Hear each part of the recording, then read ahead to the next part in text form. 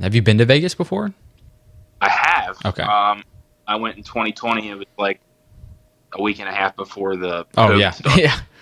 What was it like as far as racing goes? Was it up there with? I know you said Kansas was like I think you said top 5 track.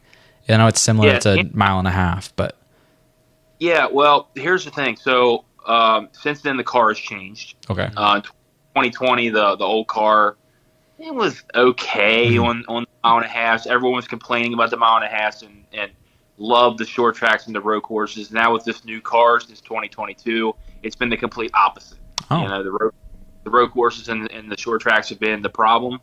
They don't know what to do about it, and the mile and a half have been the best races. So that's hmm why I think the next 2 weeks are going to be really, really exciting. There's the leader's not going to be able to get too far out. They're going to be pretty close to one another, I would say, and it's just going to be a solid, good mile and a half race. And yeah, you can compare it to Kansas now because I mean it's very similar. The layout's very similar, just a little bit different banking, but but the dimensions are very similar. Yeah, and then they go from Vegas to Homestead, I believe. They go down so. to Miami, and like you said, Miami is similar to Vegas, and it's a little shorter. I think it's a No, mile and it's a half. same distance. Yeah. It's just shape Shape doesn't have different. Yeah, doesn't have a tri-oval. It's just a straight oval, not the tri-oval that they have at Vegas. So it's sure. basically it's shaped like a D at Vegas. It's shaped like a big O. I got you. Yeah.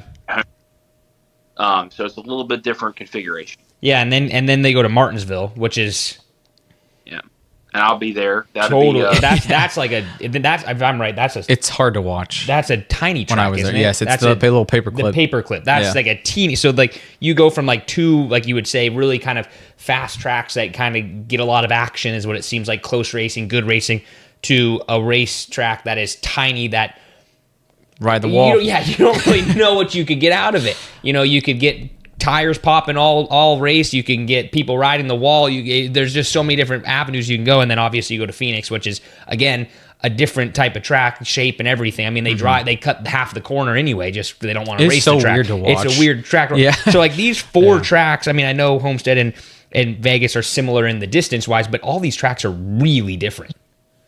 Damn, I forgot that you were on that trip with me. Yep. We were on the same trip. Yeah. It's funny hearing an opinion of someone who's only been around NASCAR for 2 years now to say that about Martinsville, because Martinsville is like used to be one of the most exciting racetracks to I've go heard to. that.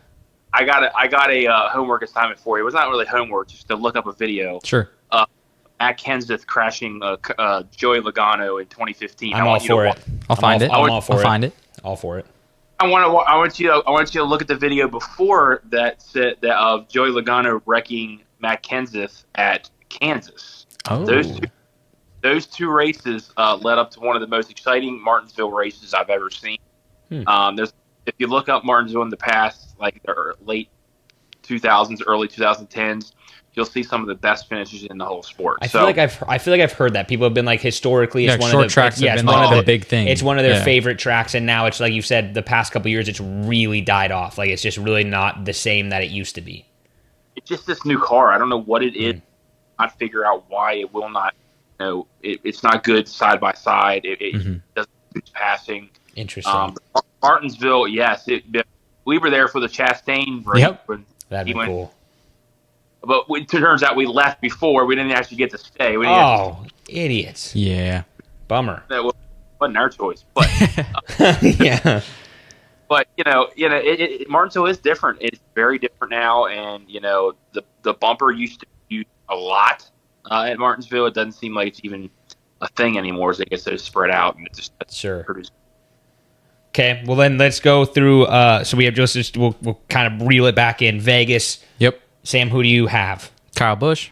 Okay, I was going to say the same thing, but I will change mine now because he's a meanie poopy butt. I want him. Gotta make it 20. I think I'm going to go a little bit different. I think we're actually going to get Wallace. Bubba Wallace would be sweet. I think we're going to get a playoff driver winning, but I think it's going to be Chase Elliott. I think he's kind of been under the radar a little bit. He's had a couple good finishes here and there, but quieter season than what we're kind of used to, but I think he's going to come in and Hey, former champ, you never know. he is, and I think he's just going to come in guns a-blazing and really go for it. I really do want Kyle Busch to win one of these races, though, and I think it'd be really cool for him to win in Vegas. But Especially home track. That'd be so cool. that's what I mean. So I'll adjust myself, and I'll go Chase Elliott, who was kind of hoping that, I think he'd be fun to see win. But, Phil, who do you think? And don't pick Kyle Larson. Don't be boring. I'm really see how Denny is going to perform. Mm-hmm. He was really hot, going into the playoffs, early playoffs. He kind of turned it down here the last couple of weeks. He's trying for that coveted championship, and if he wants it, he's going to have to start running better. Let's see how he does at Kansas. I take Denny Hamlin. I like that. We'll see how it happens.